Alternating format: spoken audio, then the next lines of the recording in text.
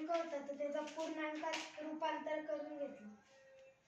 जर 0.5 च्या पुढची संख्या असेल तर मग तिला त्याच्या पुढच्या संख्येत हे केलं आणि 0.5 पेक्षा कमी असेल तर मग तिच्या मागच्या संख्येत कन्वर्ट केलं. इथं 49.6 होतं ना तर तिथं 50 घेऊन घेतलं. 5 च्या पुढची संख्या होती.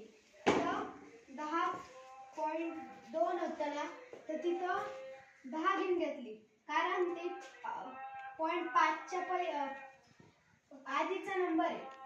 मग नंतर 7.1 होतं तर त्याचं 7 घेऊन घेतलं. 29.7 होतं त्याचं 30 घेतलं.